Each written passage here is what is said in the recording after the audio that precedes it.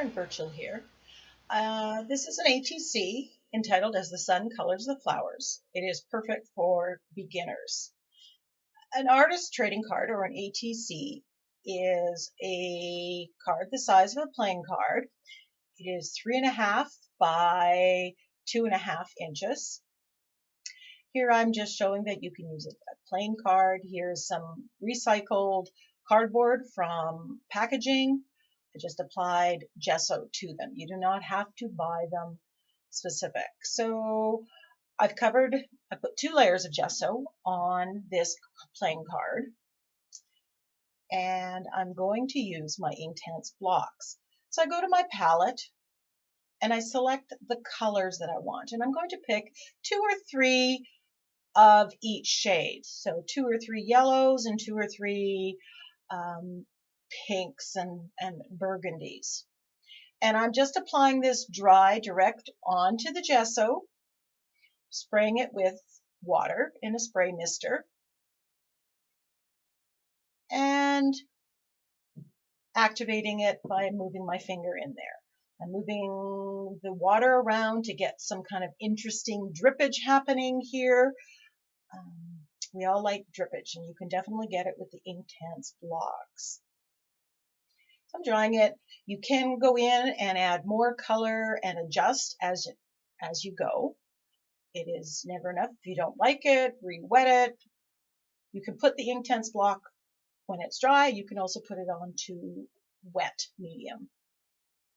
So quickly drawing the ATC.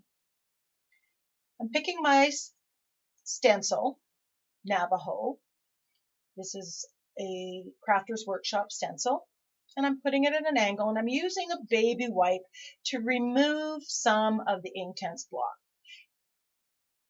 Even though I dried this with a heat tool, it does come off with the baby wipe, giving this ghosting kind of technique that you will see done with delusion sprays and with distress inks. Stamping it with a script stamp,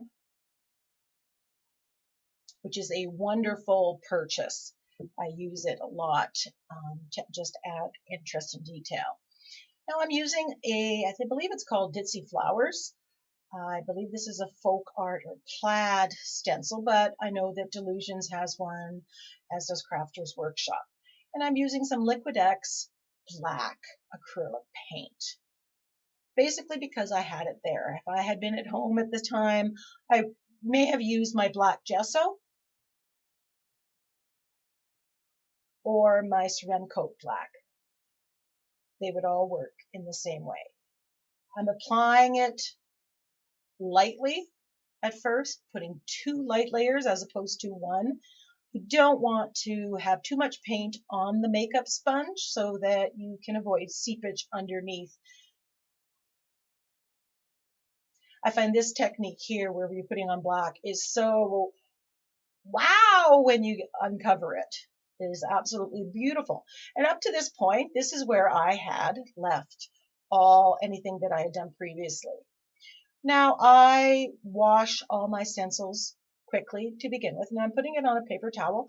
I'm just going to recycle that paper towel as a collage item at some later point in time. Don't waste it. Quickly drying the card again.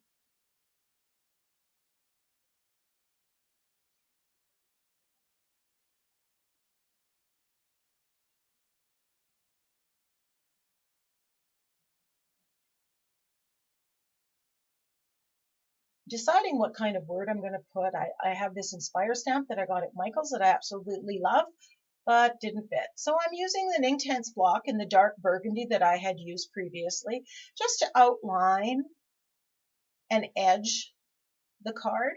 This is another technique that I use the Inktense blocks with a lot. Instead of using ink pads, I use the Inktense blocks. And here I'm just wetting my finger and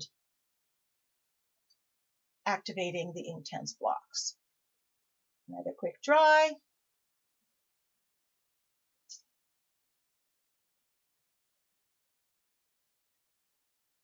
I decided to use my Signo Uniball white pen to outline all of this. So this is what you see me doing. I love this pen. Uniball Signo works so well. Although this is on fast speed, you can't go very quickly with it, but it does give a nice opaque look. And I find that unlike with the Lindy sprays, the color doesn't seep into the white of the Uniball Signo. This white will stay white afterwards. When I've used other sprays and other paint mediums, not acrylics, I've found that the white turns that color. But with Inktense Blocks, it avoids that. So looking at it and doing a quick dry just so I don't smudge any of the white. The Uniball Signo is not permanent. If you add water to it, it will remove, which is a bonus if you get somewhere you don't want it, and it's a hindrance if afterwards you for some reason have to add water when you're applying a quote or something. So something to be aware of.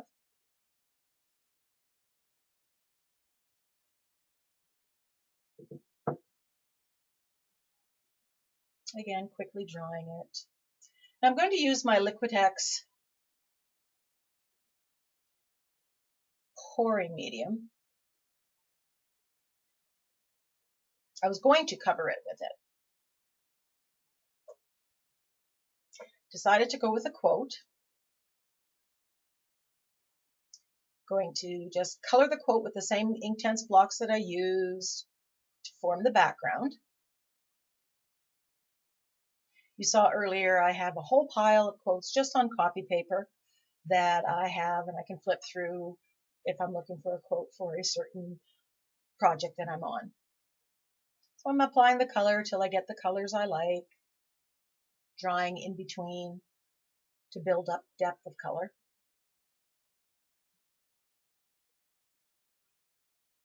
Just outlining it with an Inktense pencil in black. Deciding which side to put it on, and I'm going to use it with my Mod Podge. Being very careful not to activate the white Uniball Signo pen.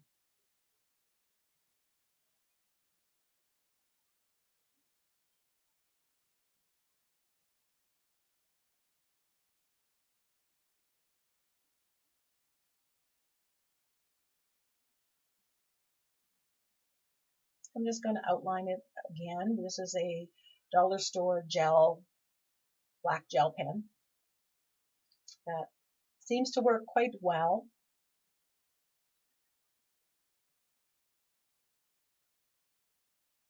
Thank you so much for watching. Please leave a comment or question below. I answer all comments. Check out the other videos on my channel. I have a whole series on using the Inktense block.